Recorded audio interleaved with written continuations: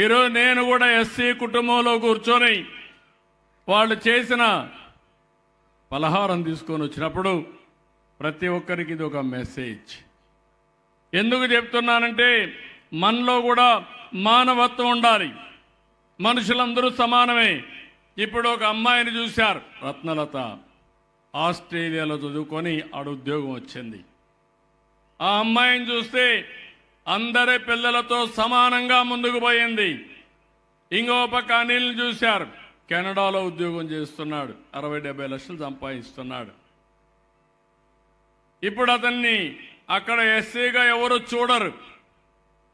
ఇక్కడ అనాగరిక ప్రపంచంలో ఒకప్పుడు ఇవన్నీ ఉన్నాయి, అవన్నీ రూపుమాపాం.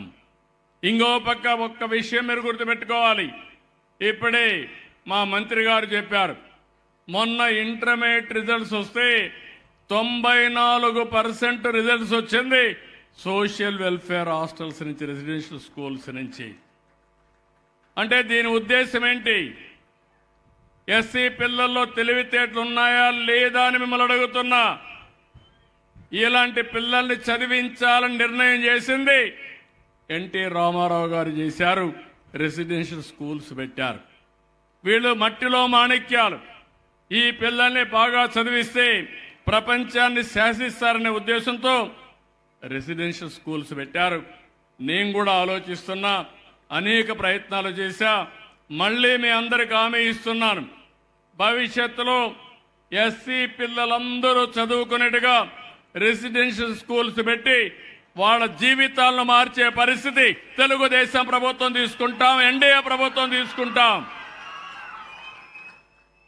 ఒక్కసారి ఆ ఇద్దరి పిల్లలను చూశారు.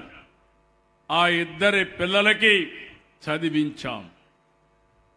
సరైన సమయంలో నేను ఒక 10 లక్షలు ఇచ్చాను. రత్నలత తండ్రి ఇక్కడ ఎంత ఆనందం పడ్డాడంటే భావోద్వేగం చూశారు మీరు. నా కూతుర్ని చదివించలేకపోయాను, సరైన సమయంలో మీరు 10 లక్షలు ఇచ్చారు, ఆపద్బాంధవుడిగా మార్గదర్శకుడిగా ఆదుకున్నారు. ఇప్పుడు నా కూతురు జీవితం బాగుపడింది, ఆ అమ్మాయి నన్ను చూసుకుంటుందని కళ్ళనీళ్లు పెట్టుకున్నాడు. ఆనంద బాష్పాలుగా వచ్చాయి.